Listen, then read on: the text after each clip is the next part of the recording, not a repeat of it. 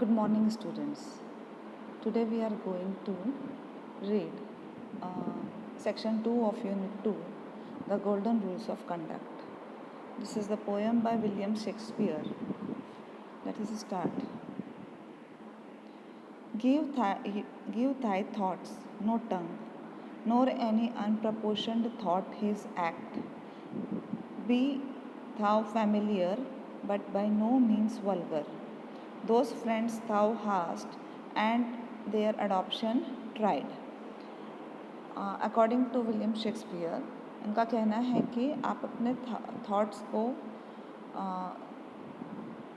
ज़बान मत दीजिए और वो जो कि अनुचित थॉट्स हैं उनको ना ही एक्शन दीजिए, ना ही आप उनको बोलिए।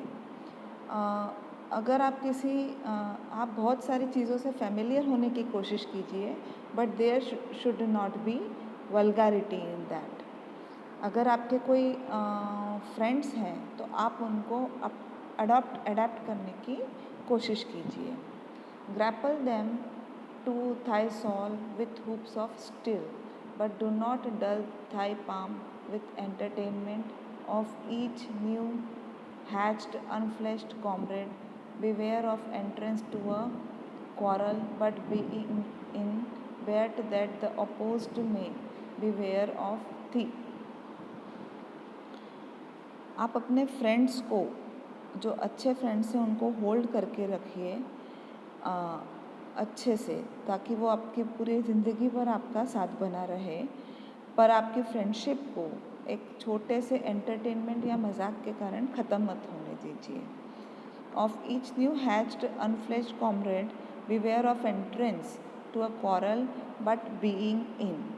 आप अपने किसी भी अनुचित वाक्य या अनुचित बोलने के तरीके या एक्ट से किसी भी लड़ाई को बढ़ावा दे सकते हैं, इसलिए उन सबको आपको अवॉइड करना चाहिए। Bear that the opposed may beware of thee, give every man thy ear, but few thy voice. मतलब अगर आप का अगर कोई क्रिटिसाइज़ करना चाह रहा है तो आप उसको सहन करने की शक्ति रखिए। आप सबकी बात सुनिए, पर बहुत कम लोगों को अपना सुनाएं। बेसिकली उनका कहना है कि जितना आप बोलते हो अपने लाइफ में या कहीं पर भी, वो जितना ज़रूरी हो उतना ही बोलना चाहिए। ज़्यादा बोलने वाले से आपका रिस्पेक्ट कम होता है, आपके दुश्मन बढ़ते हैं, लड़ाई बढ़ती है, आपके दोस्त कम होते हैं। अगर आप कम बोलेंगे means you will have more friends and less quarrel in your life, and you will get respect everywhere. Take each man's consensus but reserve thy judgment. इसका मतलब ये है कि आप हर किसी की राय तो लीजिए, हर किसी का क्रिटिसिज्म जो है, अगर कोई आपके बारे में कुछ गलत बोल रहा है तो आप उसको सुनने की शक्ति रखिए। सेंसर हियर मीन्स क्रिटिसिज्म मतलब कि बुराई करना या बोलिए कि तर्क देना। तो आप उसको सुनिए, आप उसको सुनने की कोई हिम्मत रखें और उसको अपनाने की भी हिम्मत रखें। पर अगर किसी ने कुछ कहा है तो फटाक से उसका जवाब दे देना is not the way. You should be strong enough to listen to it, और आपका जो जजमेंट है वो आप अपने पास ही रखिए। Costly thy habit as thy purse can be, but not expressed in fancy, rich, not gaudy. For the apparel oft proclaims the man, and they in the France of the best rank and station are most select and generous chief in that. अगर आपके habit, आपका जितना आपकी जितनी income है वैसे ही आपकी habits होनी चाहिए। अगर आप ज़्यादा कमा रहे हैं और ज़्यादा खर्च रहे हैं फैंसी चीज़ों पर, तो वैसा ही आपका बिहेवियर होना चाहिए। बट ये सब आपके उसमें एक्सप्रेस नहीं होना चाहिए कि you are rich, gaudy. and you are very much proud of your income.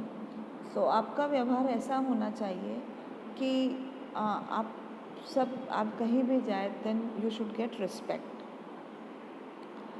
Are most select and generous chief in that neither a borrower nor a lender be, for loan of loses but itself and friend, and borrowing does the edge of husbandry. This above all to thine own self be true, and it must follow as the night the day, thou can not then be false to any man. किसी से रुपया और लेना और देना, लेना in the sense here लेना और देना दोनों ही आपके जो व्यवहार है उस या इमेज है उसको ख़राब करता है, ठीक है।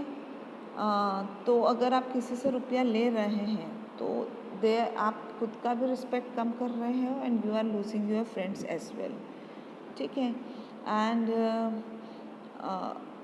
यू अबाउ ऑल इन सब के ऊपर अब वही पर्सन रिस्पेक्ट पाता है या वही सच्चा इंसान है जो कि अपने आप में एक अंदर से अच्छा मनुष्य है, रेदर देन शोइंग, ज़्यादा शो ऑफ करने से, आपका पैसा दिखाने से या किसी को इंसल्ट करने से आपको कुछ भी नहीं मिलेगा। So you should be a person like that कि आप कहीं भी जाएं तो आपका रिस्पेक्ट मिले, और that is possible only if you are having a good choice of speaking. You should know where to speak and where not to speak, what to speak and what not to speak.